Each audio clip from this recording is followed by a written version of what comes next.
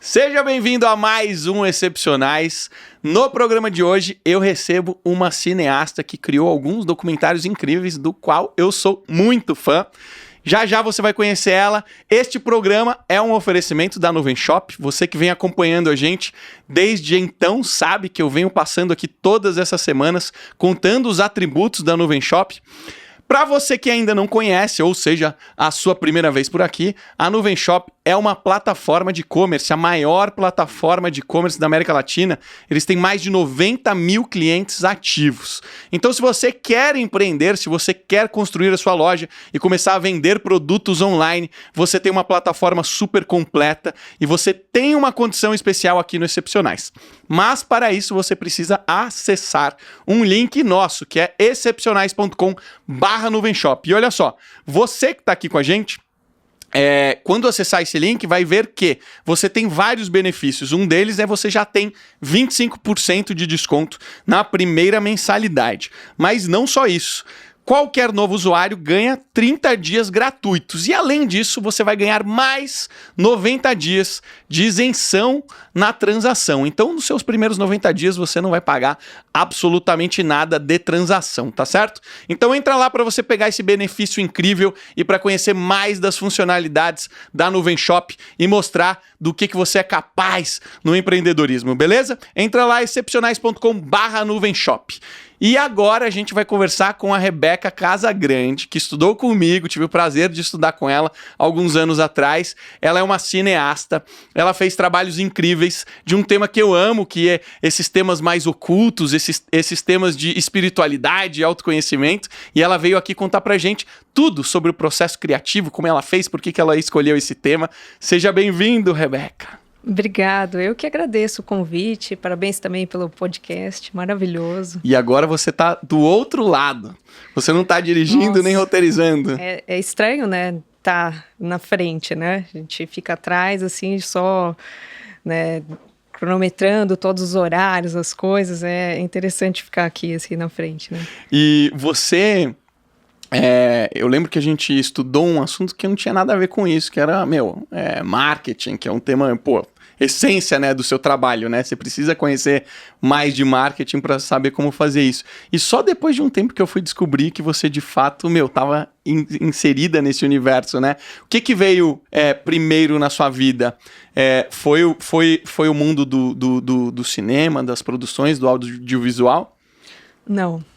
Eu fui inserida numa família que tem varejo, lojas de sapato. Então, eu trabalhei, sei lá, desde pequenininha, sabendo o que era produto e lojas e tal. E foi mais ou menos em 2010 que eu criei a produtora Cinemakers, junto com o Fábio Medeiros, que aí eu entrei mesmo de cabeça no audiovisual.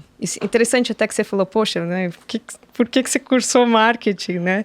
Mas eu acho que você fazer, filme independente, ter essa bagagem de olhar o filme como um produto faz total diferença, porque o pessoal da área tem uma visão mais artística e tal, mas o filme tem que ser rentável, senão não faz sentido, né?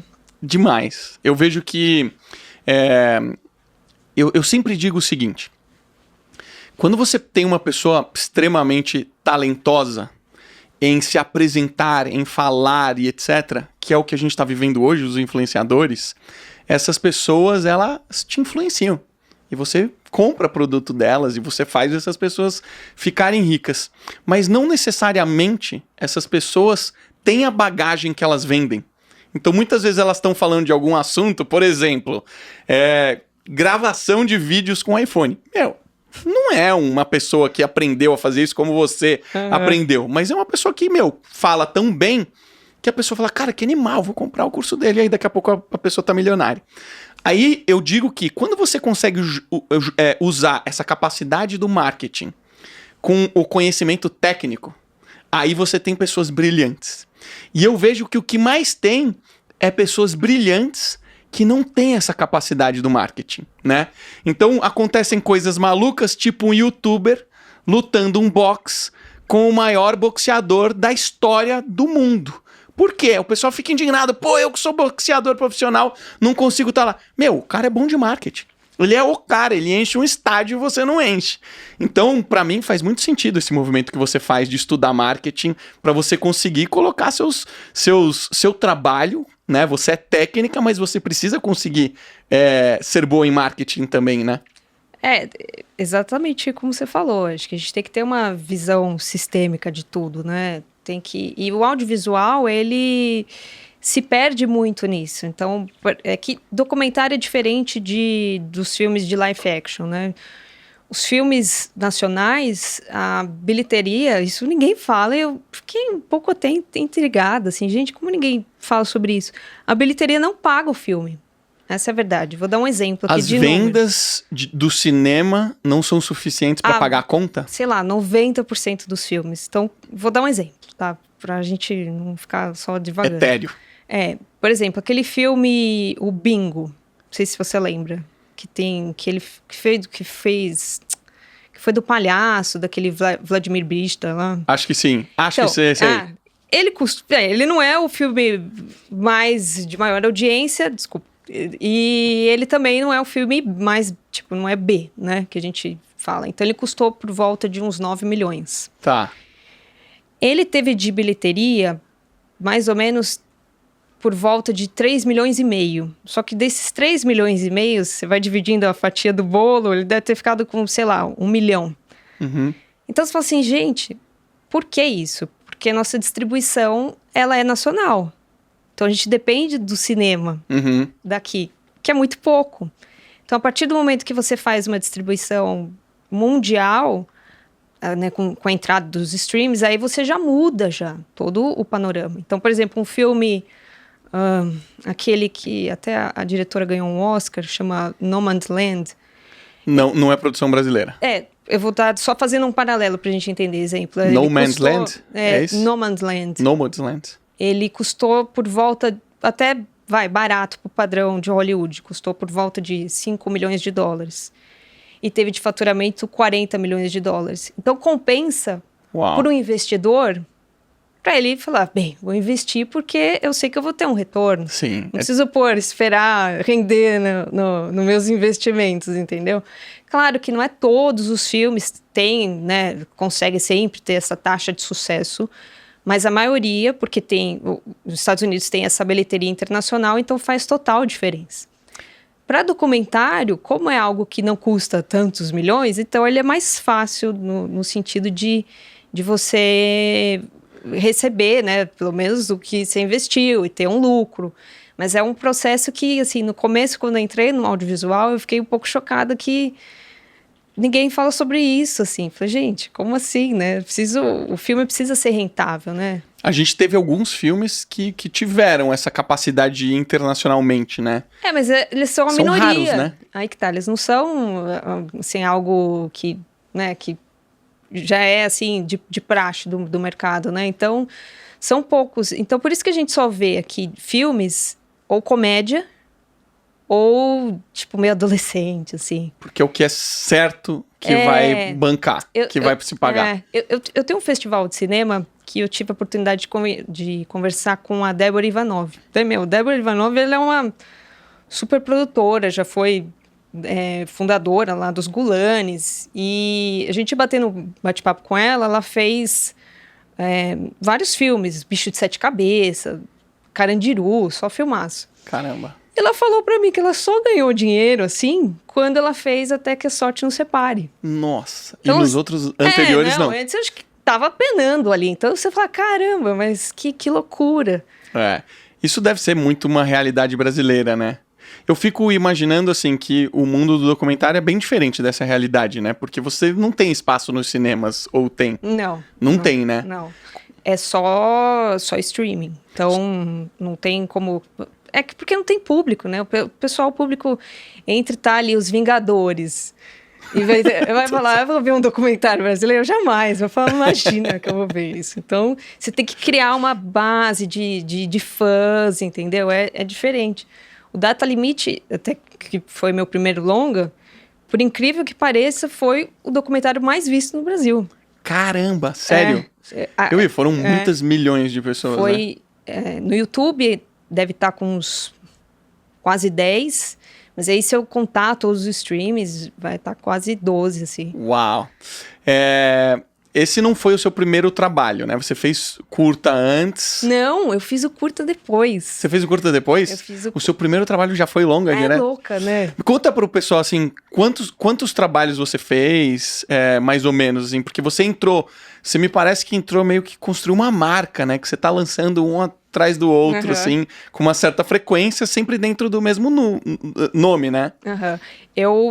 Bem, eu fiz das produções originais, por enquanto são 3, né? Que são os 2 longas e esse curta. Eu vou estar, esse ano vou estar... Os 3 são o Data Limite. Aí tem o Time Data Speech. Limite pelo Chico Xavier, não é?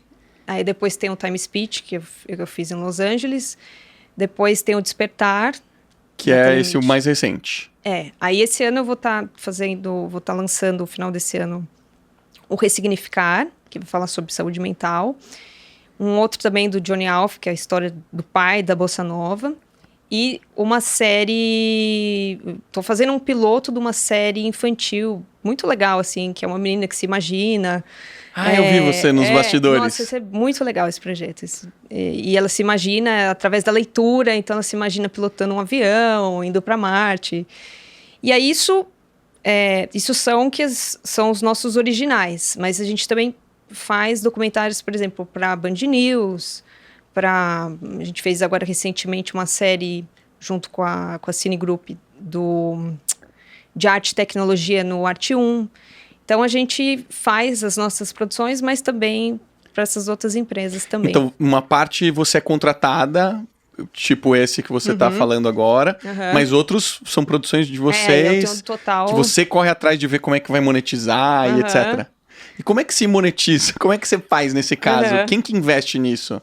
Então, por exemplo, esses de extraterrestres, essas coisas, assim, é engraçado, né? Porque esse tema todo mundo adora, tal, mas é muito difícil você conseguir um financiamento do governo, porque ele já entende que isso é de religião e tal, ele já, tipo, não conseguiria essa via, mas tudo bem.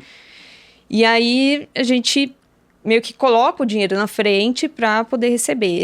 Esse outro que eu vou estar lançando esse ano, o Ressignificar, aí eu já consegui um patrocinador, já consegui uma lei de incentivo, porque o tema ele é mais aberto, então... tema super quente, né? Saúde mental, pós-pandemia, né? Mas eu tinha escrito antes até. Antes da pandemia? Antes da pandemia. Caraca, os astros. Eu escrevi os astros. E aí enfim, eu acho que o grande lance é você criar uma base sólida de fãs para consumir aquele teu produto, porque você me perguntou como monetiza.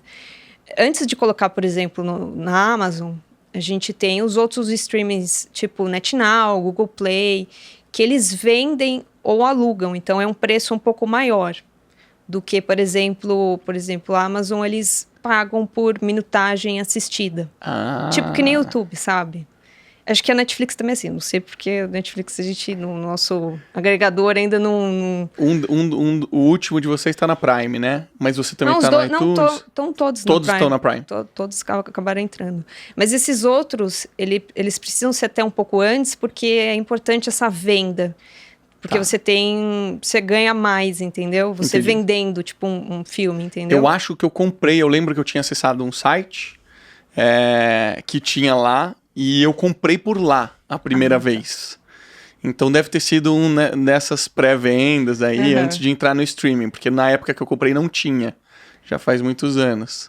E o mais louco, olha só, você falou isso, agora eu lembrei que quando eu lancei, por exemplo, o Data Limite, imagina, assim, a gente até achou que a gente ia vender esse conteúdo para um canal de televisão que falava sobre esses assuntos, não vou falar o nome.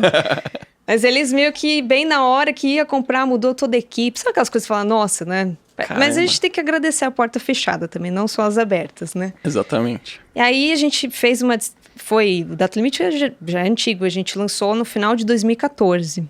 E ainda era o final era de DVD, assim.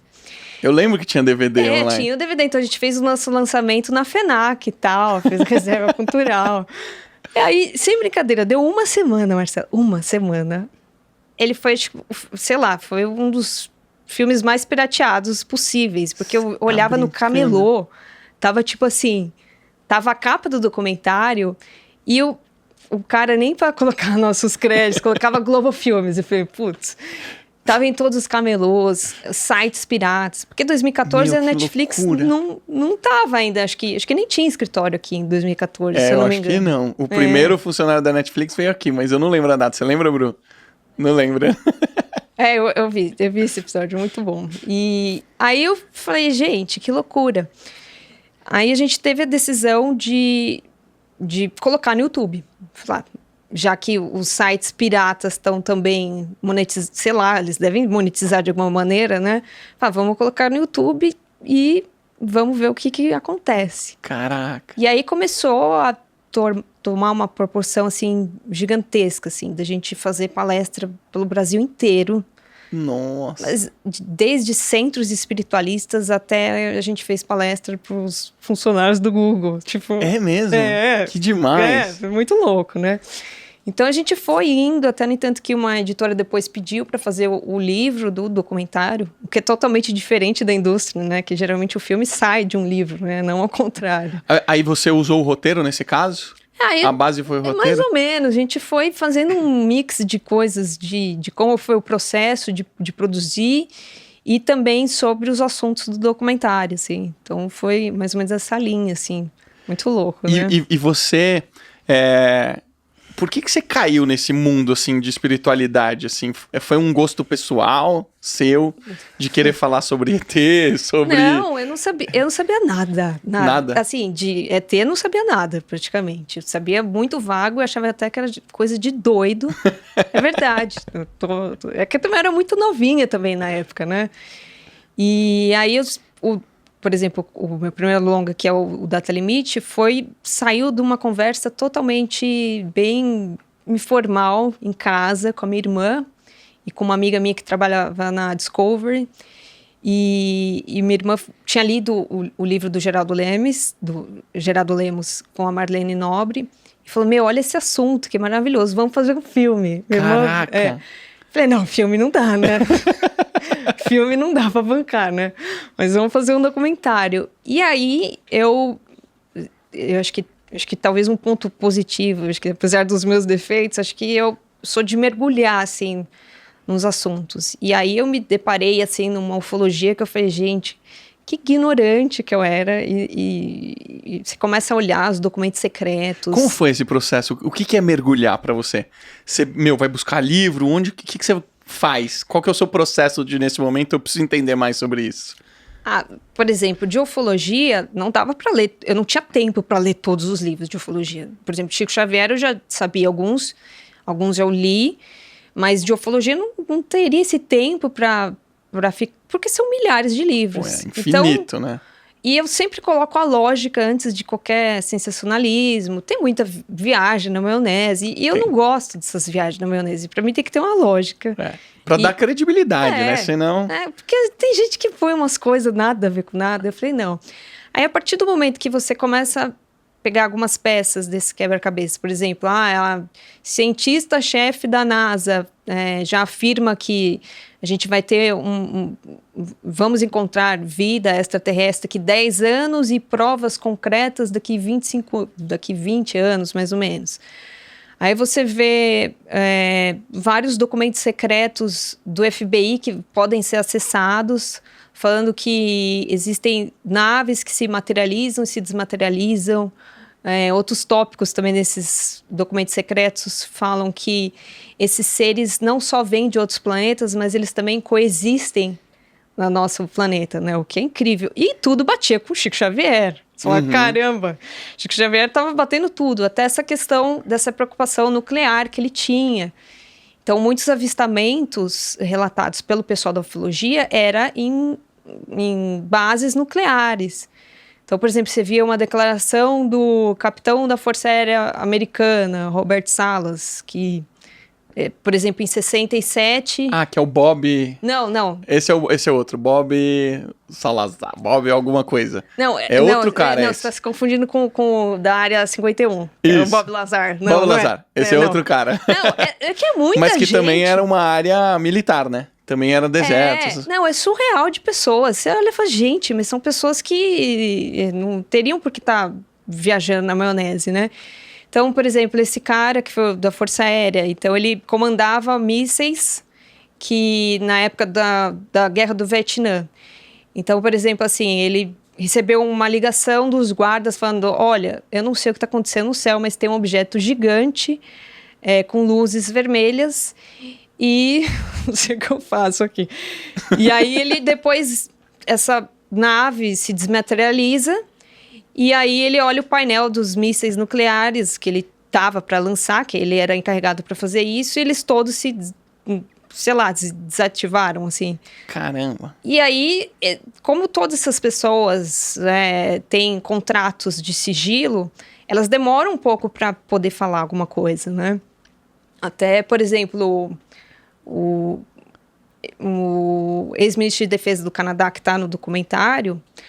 Ele falava, é um absurdo nós, pagadores de impostos, não sabermos que existe todo esse conhecimento de ufologia, né? É verdade. Então, é muito... Eu me deparei e fiquei assim, falei, gente, não é gente doida falando, né? Tem gente séria, né? É óbvio que tem os sensacionalistas que só querem fazer barulho. Se tiver, pode tirar. Se tiver te incomodando. Não. Tá tranquilo. As mulheres, quando vêm aqui, eu falo, não precisa, porque eu acho mó dó botar o fone, cara. Elas vêm toda arrumadinha e tal. Então, se você quiser tirar, pode tirar. Não, tô tranquilo. Mas eu vejo gente muito séria nesse universo, né? Uma das pessoas que eu tentei trazer aqui, que você levou pro seu documentário, é o Geva, né? O Geva é difícil, é que ele mora em Curitiba, né? Ele falou, eu topo, só que, cara, eu tô em Curitiba, então eu teria que trazer ele, né? Eu já sei, dia 20 e pouco de setembro, não sei a data exata, vai ter um congresso aqui que ele vai fazer. E aí eu tento, como eu vou até fazer uma palestra lá do Despertar, que era para ter acontecido isso antes da pandemia, né? Mas tudo bem. Vai ser agora. E então ele vem para São Paulo. Se der tempo, eu acho que a gente tenta casar. Boa, show. E aí, como é que como é que é o seu processo criativo? Eu vou te dar uma referência. Quando eu escrevi meu livro e depois um monte de partes ficou meio solto, assim, que daria espaço para outros livros. Quando você decidiu sentar para escrever o roteiro do seu primeiro longa, como é que foi esse processo? E já estava pensando nos próximos ou os próximos vieram depois? Como é que foi isso? Não estava pensando nos próximos, não. A gente não sabia nem se alguém assistia aquele filme, como é que, né? Claro, é difícil você sintetizar todo o conhecimento e não ficar cansativo. E ainda mais, que diferente de livro... no audiovisual, hoje as pessoas elas têm uma mania de começar a assistir um filme no celular. Então ela está começando o filme, aí ela está olhando o celular. Se aquele filme não for interessante, ela já eu não sabia desse hábito. Muita gente... Eu fiz isso hoje, mas raridade. Exato. Raríssimo. Mas aí que tá, você já tem que pensar na estrutura de roteiro, por exemplo, para documentário, numa curva de audiência. Então já tem que começar já no gás, porque senão as pessoas perdem interesse. Entendi. É que nem publicidade. Hoje Total. A publicidade Marketing é 15 puro. segundos. Não dá. A pessoa não vai ter paciência para ficar. Então já tem que estar no gás. Num documentário longo é quanto tempo? É 10 minutos? Qual o tempo que você pensa? Eu preciso prender a pessoa aqui em quanto tempo? O começo que você fala é o quê?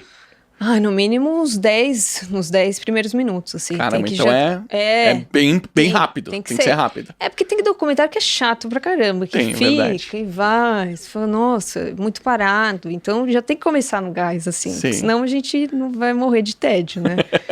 Mas, por exemplo, pra ficção é diferente. Porque aí você tem que pensar toda uma estrutura de personagens.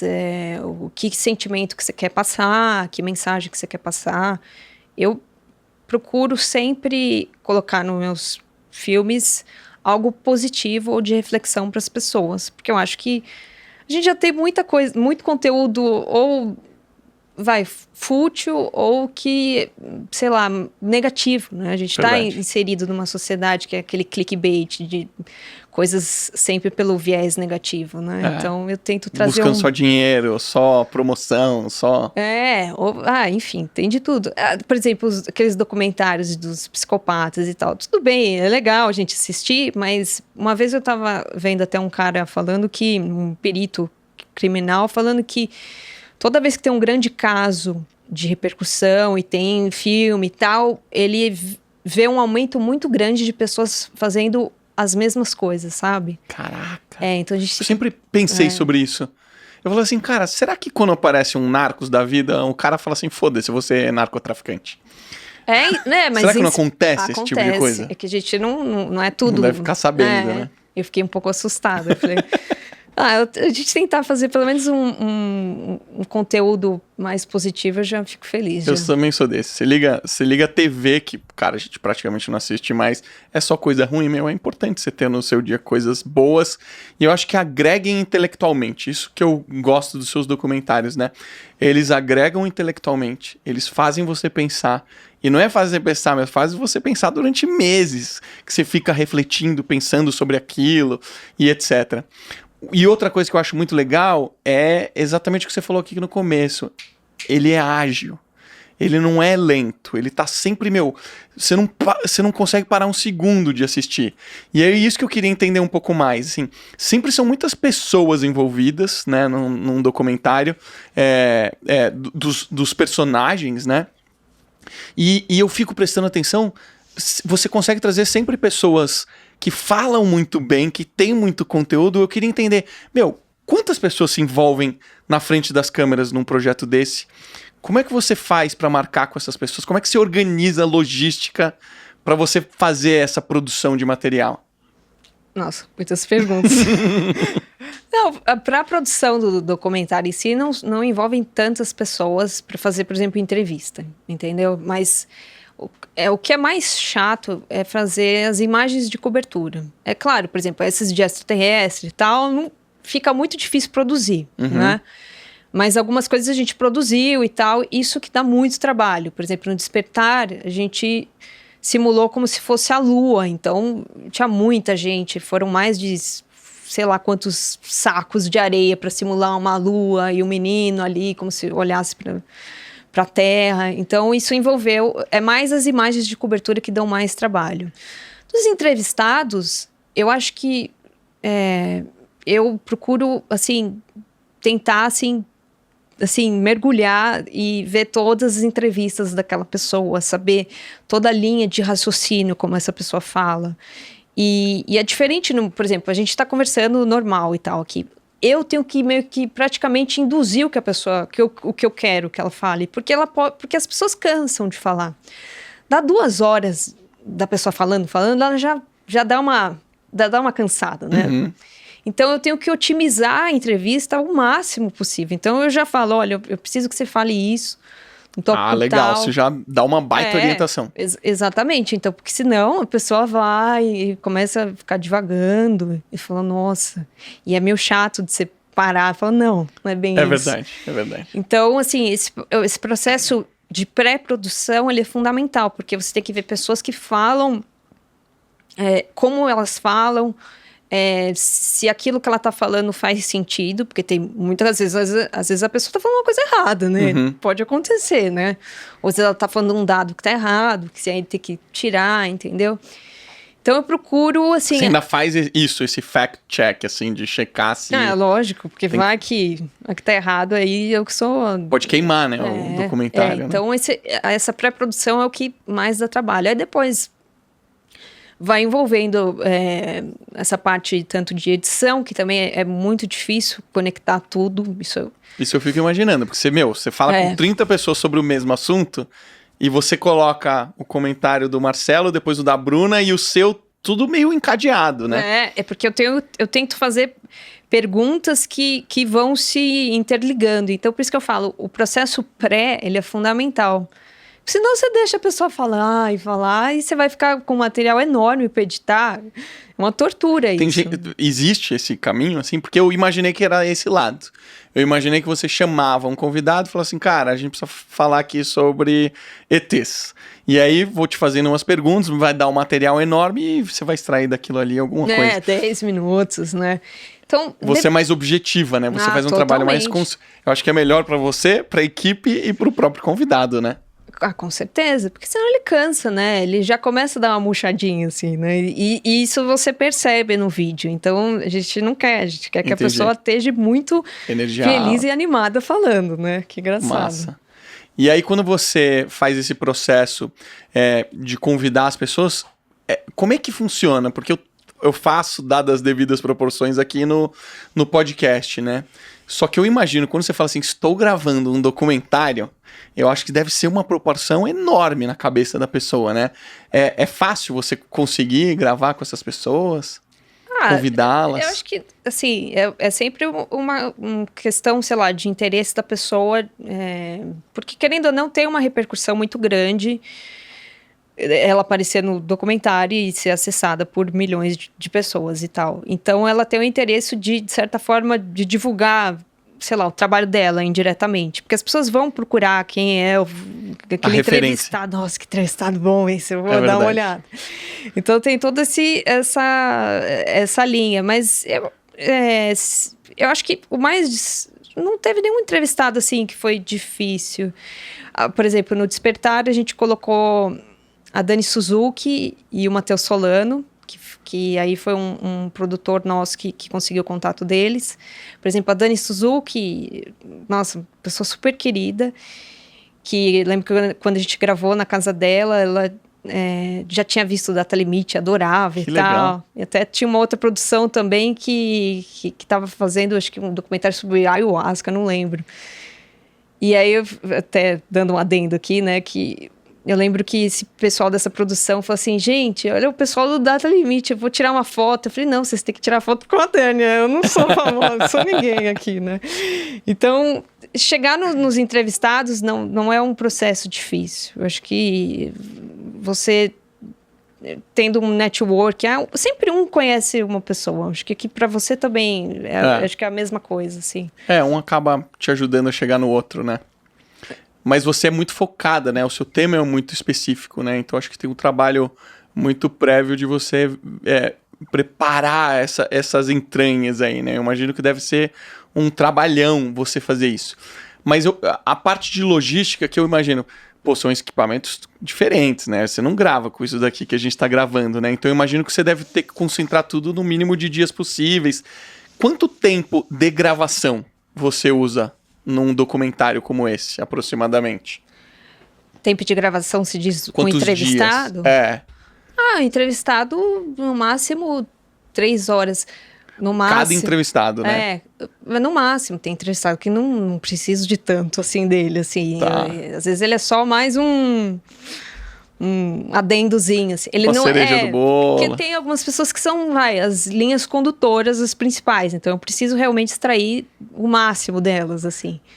Mas por exemplo, sei lá, tem em torno de 8 pessoas, então cada dia é uma pessoa diferente, né? Então, tem que também casar a agenda da pessoa. E aí, depois que o desafio são as imagens de cobertura e tal. Por exemplo, eu tenho que agora fazer esse ressignificar.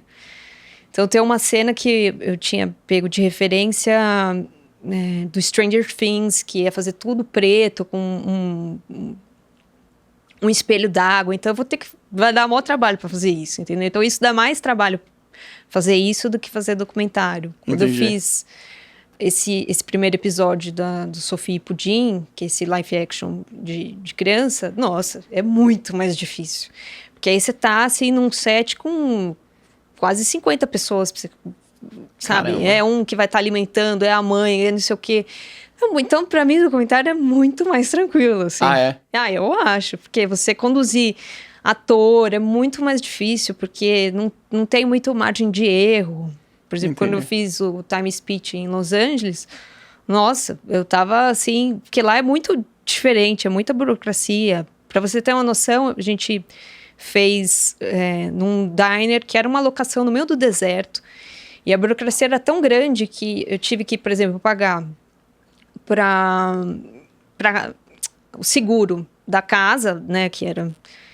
Aí eu tive que pagar para o sindicato também, lá de Los Angeles. Aí eu tive que pagar... Lá também tem isso. Tem. Aí tinha para a cidade de Los Angeles e para o condado de Los Angeles. Não acredito. Mais para a equipe, mais para o pessoal. E eles queriam também um caminhão-pipa que eu consegui negociar para... Porque, claro, que se pegar fogo, tem um caminhão-pipa do lado. Gente. Então, não tem, tipo, margem de erro, imagina. Não, então é muito mais estressante. Muito mais. Então, o documentário, você me perguntou uma coisa, assim, eu já acho o desafio muito menor, assim. Porque aí vai no tempo do entrevistado, é bem mais light. Do momento que você fala assim, vou começar a escrever o roteiro, até o momento que você fala assim, acabou.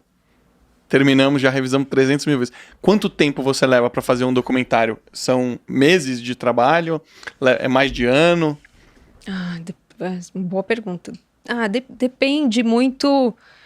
Como a nossa produtora está fazendo vários, né, também para outros canais, então acaba aqui ficando, né, você fazendo... Não é 100% dedicado. Exato, mas 100% dedicado... Depende se você precisa viajar muito, entendeu? Porque se você vai fazer um documentário que tá todo mundo, por exemplo, em São Paulo, mais fácil. Bem mais fácil. Data limite, cada um tava em um lugar diferente. O Divaldo no Rio, o Geva em Curitiba. E você não... Minas. É mais fácil você ir do que trazer o convidado. Não, é que tem gente que você não consegue trazer. Entendi. Por exemplo, o ministro de Defesa do Canadá não ia vir nunca. E vocês foram pra lá?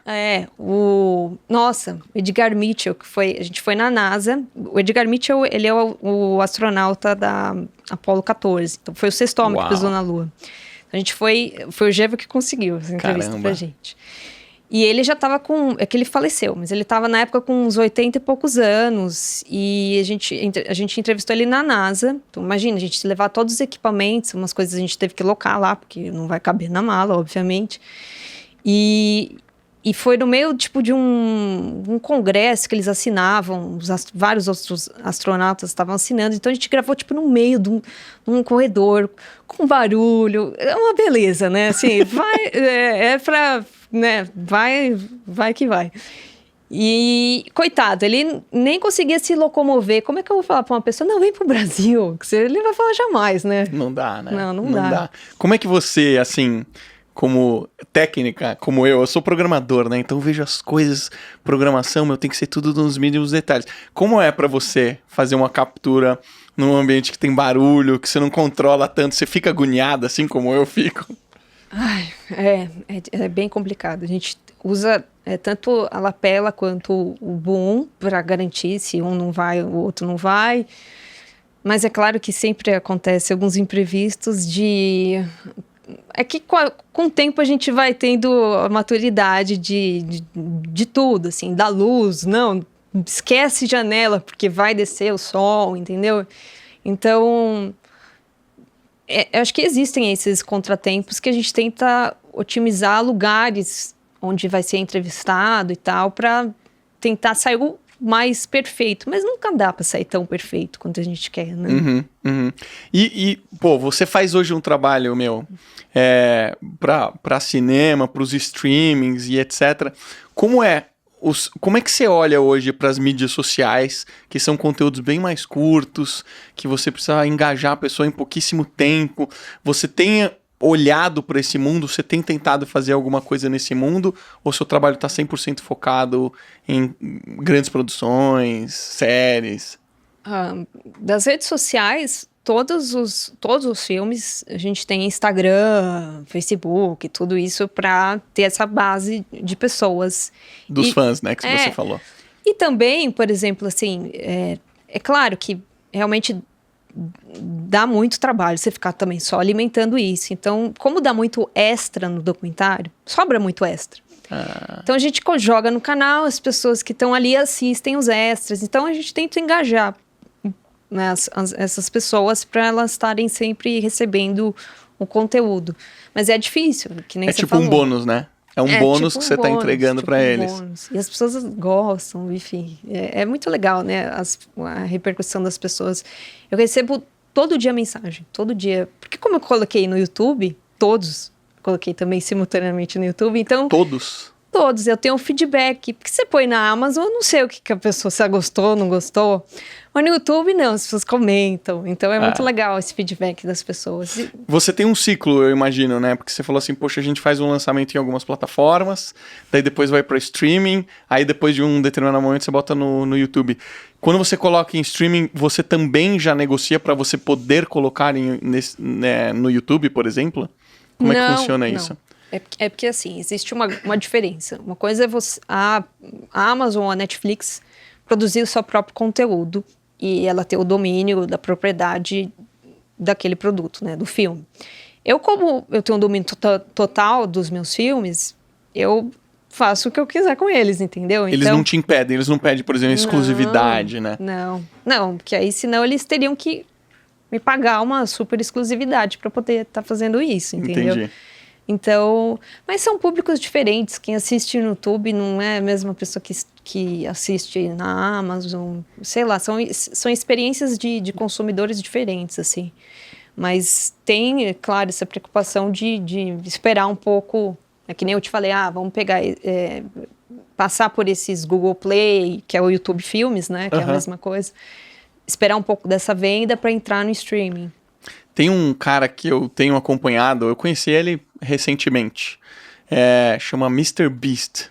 Ele é um youtuber, ele, cara, se tornou um dos maiores youtubers aí de crescimento e tal.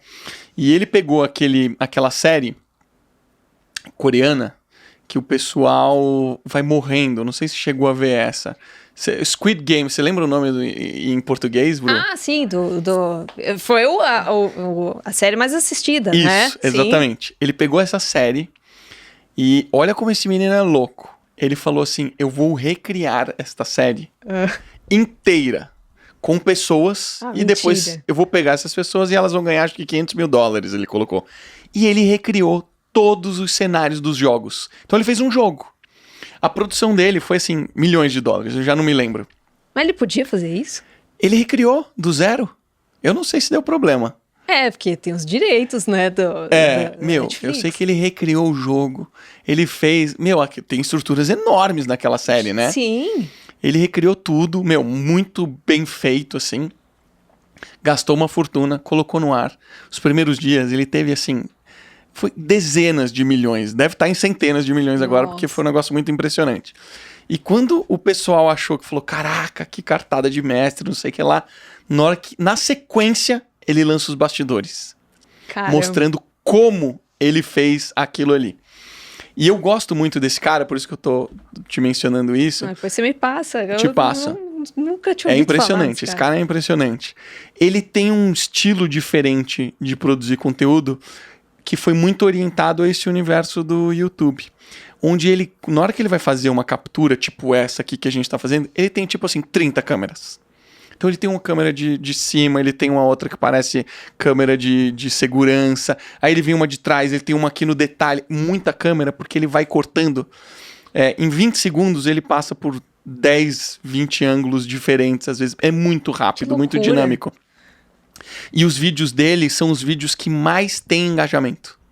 Então ele meio que chegou num nível de conseguir medir engajamento que se tornou muito impressionante. Então ele usa uma plataforma como o YouTube para ele ir aprendendo mais sobre esse processo de engajamento, né? Quando você produz um documentário e você já tem essa preocupação, você fala, os 10 minutos tem que pegar. Como é que você testa se os 10 primeiros minutos pegou, sabe? Como é que você faz isso? Não tem teste nenhum. A gente vai qual é a sensação que eu tô tendo ao assistir o filme. É claro, dou um respiro, espero uma, 2 semaninhas para olhar de novo com outros olhos. É que nem no processo, por exemplo, quando você estava escrevendo seu livro. Você tinha que se distanciar um pouco para falar, gente, estou muito imerso nisso. Preciso me distanciar para ver se faz sentido tudo isso que eu tô colocando. E se as pessoas também vão entender tudo isso que eu tô colocando. Então, verdade. É meio louco, né, tudo isso aí, né? E você tem um parceiro, assim, eu sei que você tem um sócio na sua produtora. Ele é uma pessoa que você conta pra dividir essas coisas, pra vocês se criticarem. Você tem uma parte do time que você usa muito pra te dar esse feedback? Ah, sim, porque ele acabou me tornando... sim, porque a gente acabou se casando, então, que legal. Então já ficou muito mais fácil essa comunicação. Então vocês devem ficar 24 horas por dia conversando claro, sobre às vezes ele faz as coisas deles e tal, mas é engraçado. Mas a gente tem outras pessoas que a gente, obviamente, pergunta opinião, porque a gente também precisa do feedback das pessoas. Mas também tem que saber até o limite do feedback também, porque tem coisa que não dá muito pra fazer, entendeu? Que é subjetivo, né? Exatamente. A gente tem que... Eu sou muito aberta pra crítica, adoro sugestão, não sou aquelas pessoas que eu acho que a gente aprende com as críticas. Mas tem coisa que às vezes não dá muito pra mudar, entendeu? Então a gente mostra pra toda a equipe e aí a gente chega num denominador e fala, não, é isso, tá bom, faz sentido. A gente olha um pouco a emoção que a pessoa tá tendo ao assistir, sabe? Fica só olhando, assim. Esse é o nosso feedback, não dá pra eu ter um super feedback. Que tem algumas pessoas que fazem sessões fechadas no cinema, mas aí seriam filmes mais de Hollywood pra pessoa testar qual a reação, qual é o momento de risada das pessoas. Então tem toda essa preocupação dessa experiência. Nem sabia que tinha isso. Não, tem. Eles analisam se as pessoas estão rindo das piadas, se aquilo tá... ou se as pessoas estão dispersas. Caramba, que legal. Não sabia. Pra ver se realmente você conseguiu ficar naqueles, sei lá, 1 hora, 2 horas, depende do filme, e realmente ligado naquilo, assim, sem... Imerso, né? Focado, dentro do flow que o pessoal fala, né? Você falou de crítica. E no começo aqui, você falou, eu tento fazer um negócio positivo, eu tento fazer um negócio que reflexivo e tal. Incomodou alguém essas produções que vocês fizeram? Vocês têm haters? Não tem ninguém que nunca... A gente tem, às vezes, os loucos, né? Que são os melhores. Não, gente do céu, é maravilhoso. A gente, como mexe com essas coisas de extraterrestre, obviamente, claro, 99% das pessoas que comentam são coisas positivas. Se aquele 1% é de uma pessoa que está totalmente, sei lá, viajando na maionese. Então, por exemplo, assim, já ligou uma vez na produtora um cara falando que ia descer uma nave em Minas Gerais, que ele estava pedindo autorização, a gente... Teve um... Não, essa foi recente agora, de uma mulher que ela queria... falar com um dos entrevistados, olha isso, porque, olha o nível da loucura da pessoa, porque os reptilianos estavam, acho que, comendo o cachorro dela. Eu fiz, nossa, tá de brincadeira mesmo. Não, porque, gente, lidar com o público é isso, né? Nossa. Você não sabe, às vezes a pessoa tá muito fora da casa, né? Então ela quer... E esse tema não tem... O que acontece, Marcelo? Esse tema de espiritualidade ou de ufologia não tem pra onde ela vai pra conversar com alguém, entendeu? E as pessoas têm a necessidade, às vezes, de contar uma experiência que ela teve, ou ela viu uma nave, ou ela teve uma experiência espiritual, ela saiu fora do corpo, teve uma projeção astral, sei lá o quê. Então, e é normal, tudo bem, faz parte da gente querer conversar sobre isso, né? Não tem uma instituição religiosa para falar sobre esses temas. Então tem que saber lidar, né, com o público, né? Eu achei que ia ter alguma religião, alguma coisa que fosse se incomodar, mas eu nunca parei pra pensar se existia alguma religião que critique esse tipo de coisa e tal. Teve gente até, que você me falou, teve gente que tatuou, desculpa, teve gente que tatuou, assim, por causa do Data Limite. Assim, Data Limite? Colocou o Chico Xavier com umas coisas. Teve... olha que legal, eu lembro que lá pra 2019, a Anitta postou não só no story dela, postou no feed.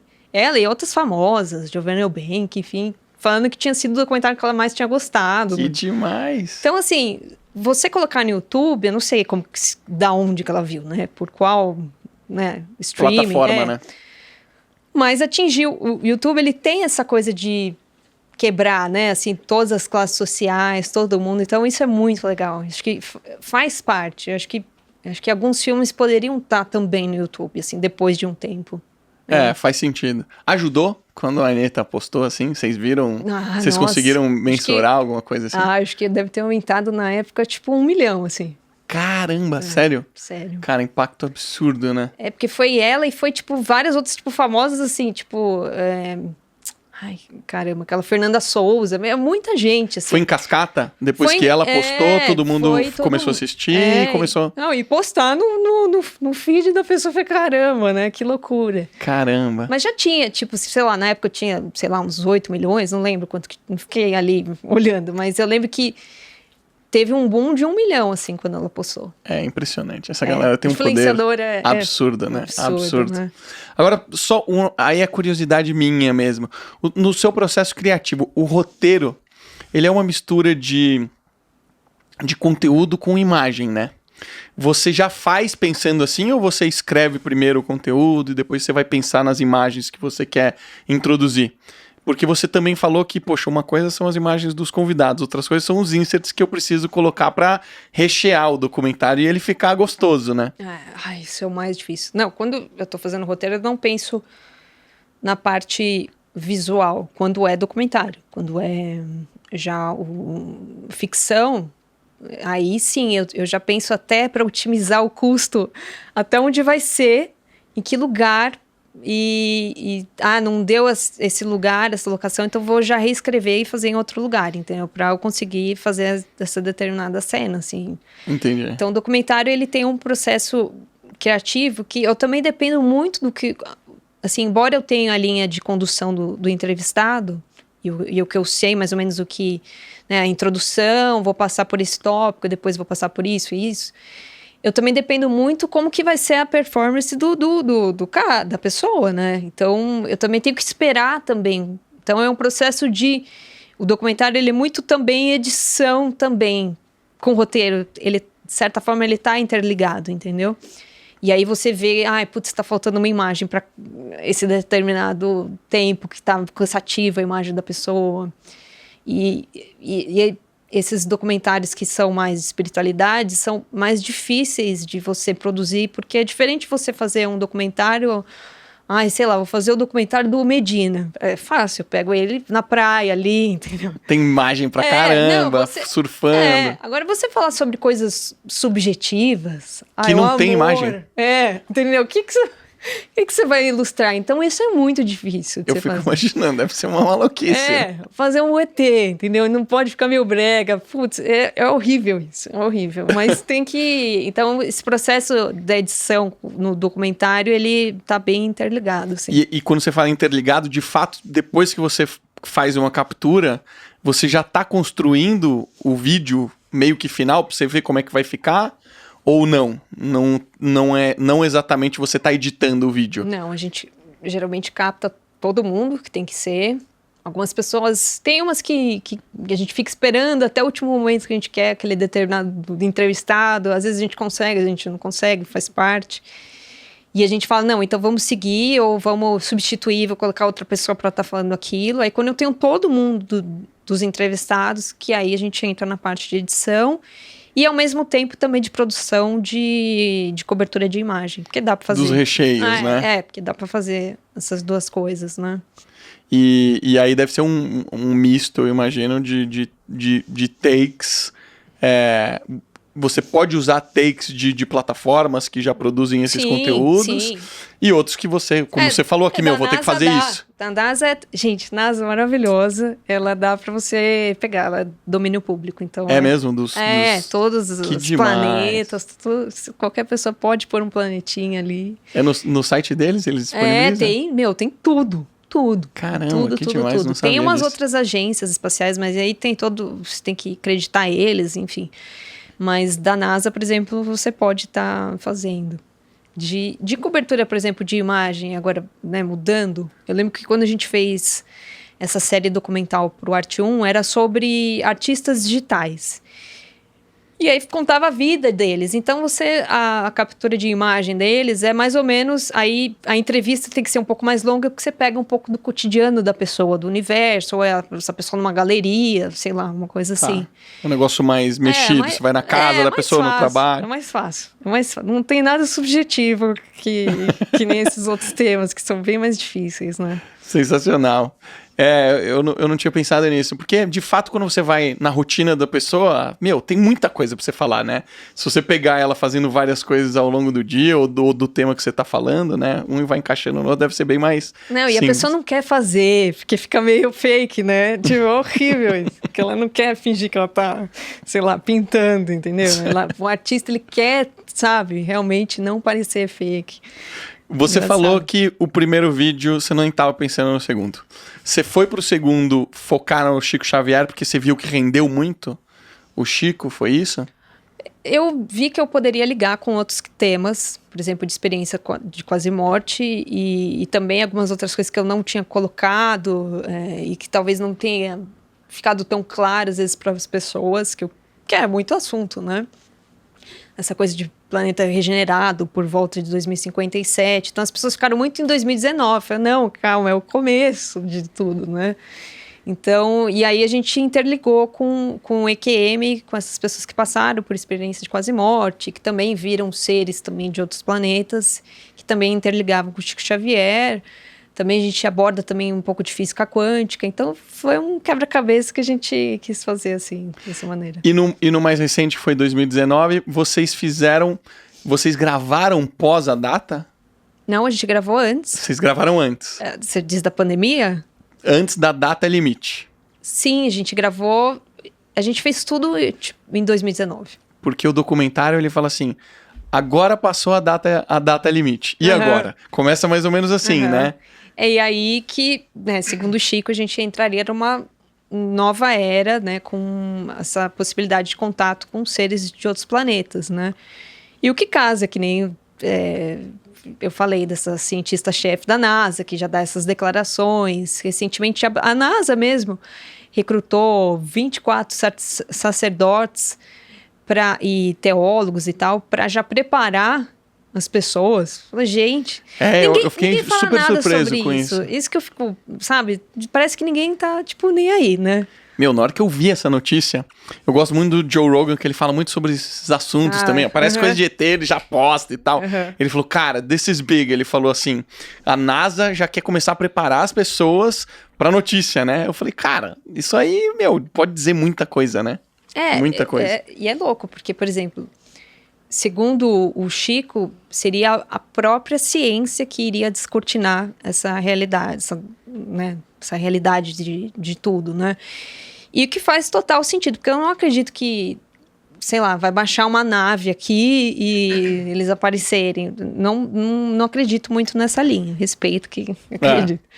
Eu acredito que é a nossa própria ciência, porque se a gente só sabe o que é 5% do nosso universo, que a gente sabe que é os planetas, bilhões, quer dizer, as trilhões de galáxias, bilhões de planetas e tal, só corresponde a 5%. O resto é energia e matéria escura. Então, a gente não conhece nada do universo, né? E, então, por exemplo, até nessas revelações de Chico, ele confidenciou para o amigo dele, por Geraldo Lemos, que a gente haveria de criar aparelhos de comunicação, que a ciência, sem querer, criaria aparelhos de comunicação de outras dimensões. Então, tanto, né, conversar com o morto, né? Sim. Basicamente isso. Então, eu não duvido que a gente vai ter um aceleramento muito grande da parte científica das coisas. Eu acho que até por exemplo, com a computação quântica, né? Acho que você que é da tecnologia... As pessoas falam muito dos NFT, dessas coisas, mas para mim o que é mais chocante é a computação quântica. Isso muda tudo, né? Esse lance de você ampliar o seu nível de comunicação pode mudar absolutamente tudo, né? Eu acho que a grande questão que eu sempre fico na cabeça é: e se a gente começar de fato a aprender com esses outros universos ou com outras dimensões, novas tecnologias que podem de fato impactar aqui o nosso mundo, né? Isso para mim é o que mais me surpreende quando eu fico pensando o que poderia acontecer quando a gente começar a ter acesso sobre isso. Eu acho que eu tenho duas vertentes que eu acredito. Uma é essa, que eventualmente isso poderia acontecer, e tem uma também que é uma visão um pouco mais cética de que nós somos essa é uma visão de um físico chamado Tyson Vou lembrar, Tyson alguma coisa. E ele fala assim, cara, a gente já teve todas as oportunidades do mundo para eles aparecerem, pra gente se comunicar, e a gente até hoje não teve isso. Então, eu suponho que nós somos seres tão insignificantes que eles não têm o menor interesse em se aproximar da gente. É como nós, seres humanos, que estamos passando num terreno e a gente vê um formigueiro, e você não para ficar estudando um formigueiro, porque não tem nada de interessante ali. Então a tese dele, uma das teses dele é essa, que ele fala assim, cara, eles sabem que a gente tá aí, mas eles não vêm aqui porque a gente é muito pouco evoluído. Então essa é uma visão. Mas depois de você assistir documentários e escutar pessoas incríveis, e escutar o Chico, etc., não tem como você acreditar nessa visão, né? Não é possível. Né? Por exemplo... vamos dar um exemplo sem ser do Chico, das experiências de quase morte que eu coloquei no Despertar. O físico Carlos Mendes, ele fala uma coisa muito interessante. Por exemplo, assim, a pessoa teve experiência de quase morte, ela saiu do corpo, se viu na sala ali do hospital, depois ela entrou num túnel, nesse túnel ela entrou numa outra realidade, uma cidade astral, como, enfim, qualquer pessoa pode denominar como ela quiser.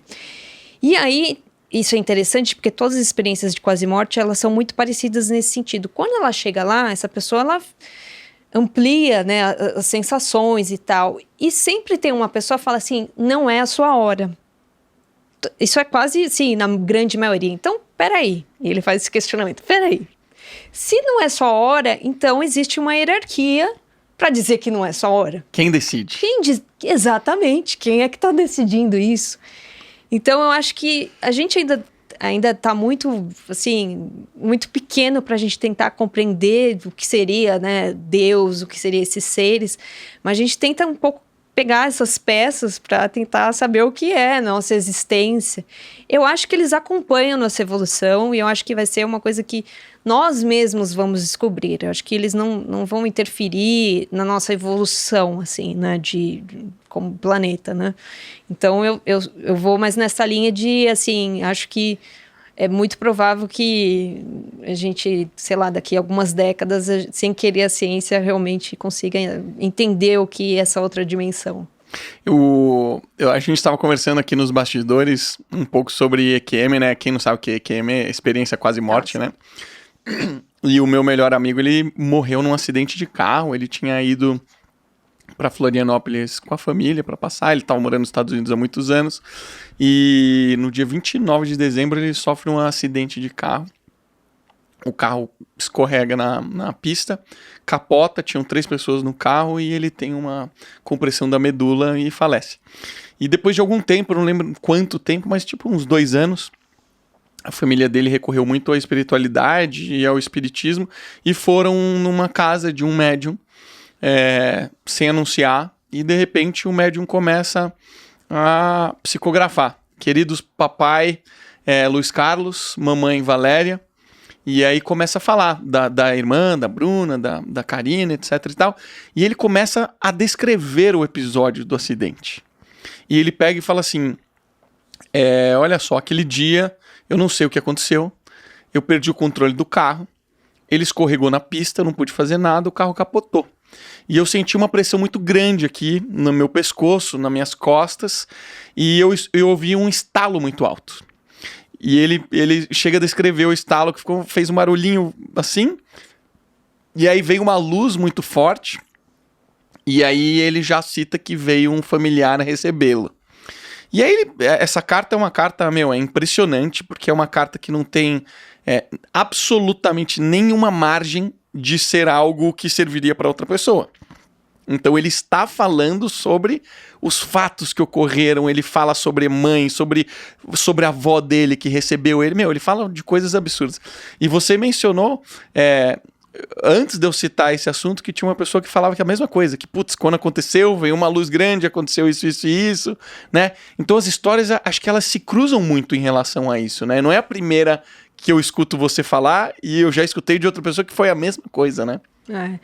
Eu gosto muito de uma frase do Chico Xavier, que ele fala que a verdade é como um espelho que caiu na terra e que se quebrou em vários pedaços. E que como se cada um de nós tivéssemos um pedaço disso.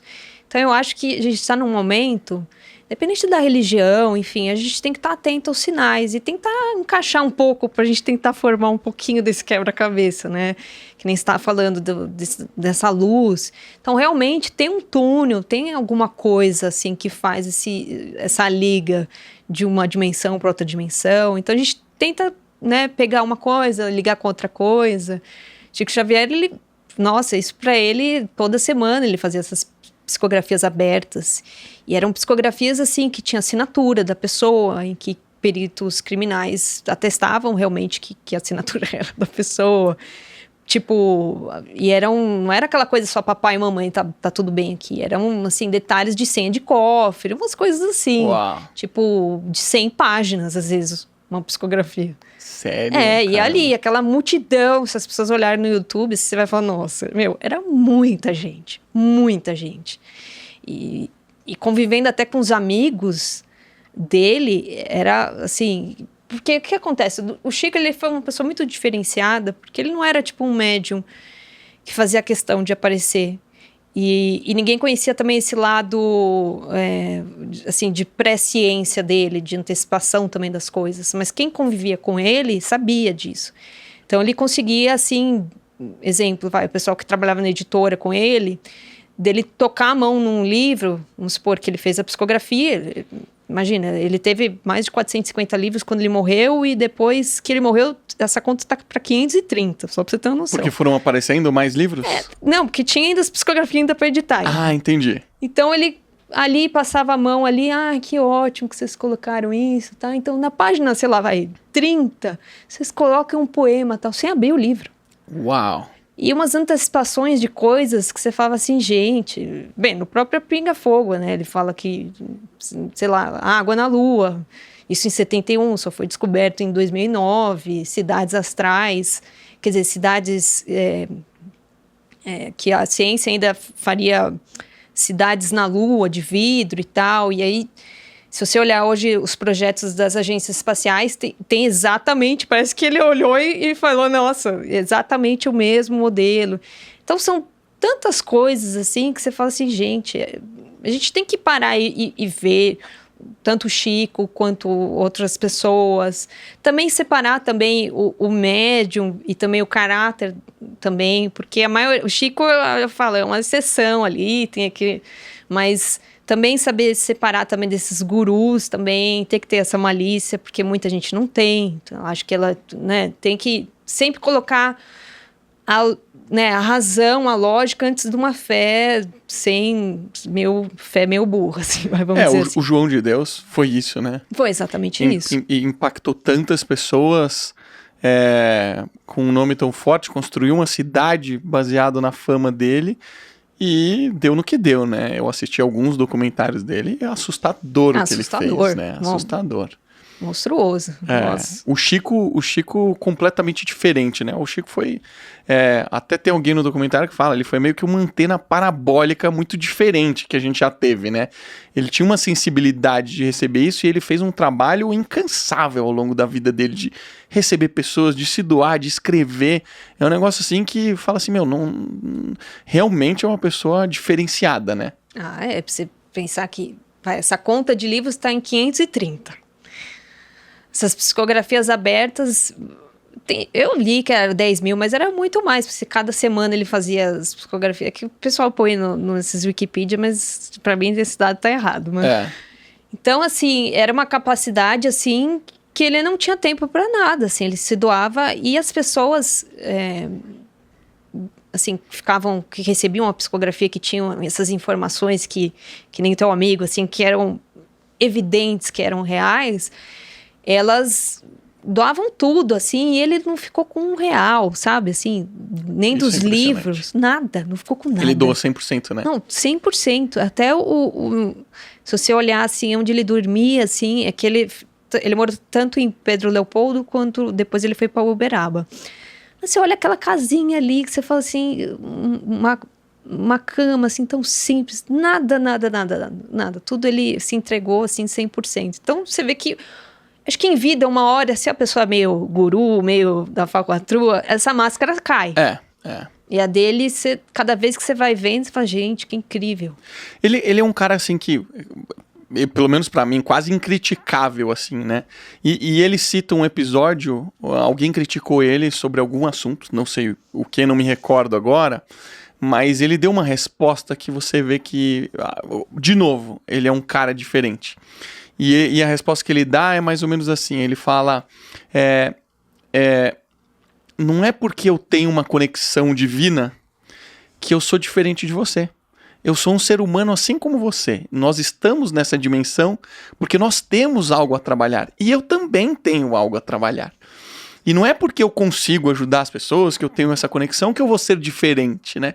Na hora que ele falou isso, eu falei, puta que pariu, olha que impressionante, né?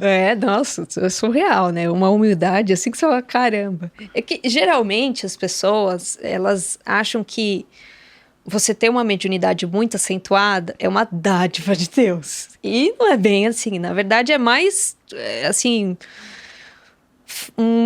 algo que te faz trilhar meio que por aquele caminho, né? Que talvez a pessoa, sei lá, tinha um sonho de, sei lá, de ser um médico, mas eu acho que era, né? Por exemplo, o João de Deus, eu acho que era tão acentuado, talvez, para ele foi por aquele caminho, mas se desvirtuou. É mais, eu vejo até como tão acentuado, assim, quase até um karma, assim, assim, eu posso dizer. Então, eu até falo para as pessoas que tem que ter sempre um pé atrás, dividir mediunidade, caráter, ver o que essa pessoa faz, ver se faz sentido. Até o próprio médium também pode ser enganado também, tem isso ainda também. Porque às vezes ele tem. Por um espírito menos evoluído. Às vezes a mensagem, isso até, acho que Allan Kardec falava muito isso, que você tem que ser objetivo, tem que ter uma razão. Às vezes o médium, qualquer um pode até receber, se ela tiver uma mediunidade mais acentuada, que cada um tem, sei lá, uma coisa mais aflorada, né? Às vezes uma intuição, sei lá o quê. Mas você também tem que ter essa malícia daquilo que você tá vendo. Às vezes você tá achando que você tá vendo um ser, mas não é bem aquilo. O ser também pode se materializar daquilo que é respectivo à crença daquela pessoa. Então, são muitos pontos que você tem que ter um pé atrás. Quando alguém me fala, eu vi, não sei o quê, eu também fico um pé atrás, eu acredito. Tem que ser bem assim, eu sou bem chata, assim, pra eu acreditar, assim, nas coisas. O meu mestre que eu tava te contando, Paramahansa Yogananda, foi o primeiro mestre hindu que veio para o Ocidente, ele foi para os Estados Unidos, e a ideia era ele disseminar o yoga e todo esse universo, né, esse conhecimento do universo da yoga e da meditação é muito antiga, né? E tem uma passagem em um dos livros dele, eu acho até que é no livro principal, a Autobiografia de um Yogi, que ele vivia no ashram do mestre dele. O ashram é um espaço onde convivem os discípulos em busca de iluminação espiritual. Então, boa parte do trabalho é meditativo. Então, o mestre está sentado no espaço dele e os discípulos sentados ao pé do mestre meditando. Em um determinado momento, eles vão em algum local e ele encontra o mestre já falecido. E ele não enxerga alguma coisa ali que estava acontecendo. E aí esse episódio acontece e tal, tem algum evento que acontece ali, e depois, quando eles retornam para o ashram, o mestre dele fala assim, você está meditando pouco, você precisa meditar mais, porque você não enxergou o que precisava enxergar. Então, eu fico imaginando que a gente está falando aqui do espiritismo, né? Se é dádiva de Deus, se não é, por que temos médiuns, por que não tem. No mundo do yoga, a gente enxerga que isso você desenvolve isso. Você entra num processo meditativo onde você começa a controlar a sua sensibilidade das ondas magnéticas que nós vivemos aqui, ondas energéticas, e você para de intoxicar seu corpo com a alimentação, que atrapalha muito essa sensibilidade, e isso faz com que você desenvolva mais os seus chakras, que a gente chama, a pineal, que é o terceiro olho que a gente fala, e isso permite que você comece a ter habilidades o Léo entende isso muito bem, que são habilidades quase que superpoderes, ele diz. Você começa a ter superpoderes porque você jogou o seu corpo para um nível de sensibilidade tão grande que você começa a ter esse lance da telepatia, de perceber um ambiente só pela energia. Você começa a ter um negócio que a gente não está acostumado a ter, mas, cara, todo mundo tem que se desenvolver, né? E eu acho que no espiritismo também deveria ser algo parecido, né? Porque eu já escutei histórias de pessoas que vão em centros espíritas e se desenvolvem e acabam chegando lá, né? Ah, sim, tem, exatamente. É que o problema do espiritismo é que cada um faz, embora sigam, né, obviamente, o Allan Kardec e tal, mas depende do centro também, né? Como é conduzido. Geralmente é o dono do centro que é o próprio palestrante. Então tem que também saber como a forma que ele conduz e faz com que as pessoas... E que traz um ambiente que traz sei lá, essas práticas que podem ser desenvolvidas. Também eu lembro que, por exemplo, quando a gente entrevistou esse astronauta, o Edgar Mitchell, ele tem um instituto, ainda existe, chama Instituto de Ciências Noéticas. E esse instituto, ele, por exemplo, quando ele estava na Lua, ele fez alguns experimentos de telepatia quando ele estava lá. Uau. Então, tem todo um grupo de pesquisa sobre isso, sobre também desenvolver essas habilidades, né, paranormais, enfim. Mas acho que não importa qual é a filosofia, né, do espiritismo, se não é, enfim. O importante é você se descobrir, ficar atento, acho que praticar mindfulness, yoga, tudo isso para você se centrar no aqui, no agora. Acho que isso que E eu acho que principalmente um negócio que você faz com que as pessoas sejam reflexivas é não estar aberto para o novo, né? A gente não sabe de tudo que acontece aqui, tudo que aconteceu. Vocês mesmos falam sobre isso, mas você sabe quantas galáxias, o Geva fala, sabe quantas galáxias tem? Você sabe há quantos bilhões de anos nós estamos aqui? Cara, a gente não sabe de tudo, a gente é um grão de arroz perante tudo que está acontecendo, né? Deve ter tanto conhecimento aí, tanta coisa acontecendo, a gente não pode se fechar, né? Ele brinca, né? Pô, você imagina assim, pegar 1% de tudo isso daí, será que tem vida em 1%? Né? Você não acha muito? Então 0,01%, né? E ele tem razão, né? Não é possível, né? Você tem que ser muito descrente pra você não acreditar que é só você que tá por aqui, né? Eu acho que é fácil a pessoa falar que não acredita em nada, porque ela também não pesquisa nada. Também, eu acho que é muito cômodo, né? Ah, não quero ver, porque isso é coisa de louco. Por exemplo, que nem eu tinha esse preconceito com essa parte de ufologia antes de eu entrar e pesquisar e fazer o documentário. Por quê? Porque eu não conhecia. Simples assim. Aí quando você vê pessoas que estão no alto escalão do governo americano, que não dão um ponto sem nó, que não está gastando dinheiro, por que tem um departamento só de pesquisas de UFO dentro do Pentágono? Estão gastando dinheiro à toa? Então, assim, esse tipo de questionamento eu acho que as pessoas precisam ter. Independente da religião, não importa qual é a sua religião. É aí que tá. Não importa. Você também tem que se questionar. Por que estão gastando dinheiro numa coisa que não existe? Total, Então, não faz sentido, né? Então, a gente tem que, sei lá, ampliar nossos horizontes. Como diz minha mãe, precisa ligar o Lé com o Cré. E você vai ter mais data limite? Esse você estava falando que está preparando? Ano que vem eu quero fazer um documentário sobre a nossa origem. E aí eu vou ter que debruçar, porque vai ser muito estudo, muita coisa que, como eu até te falei, eu sou muito criteriosa para não ter nenhuma viagem, né? Viagem na maionese, né? Eu sei que uma vez eu entrevistei aquele PhD em física quântica, o Amit Goswami.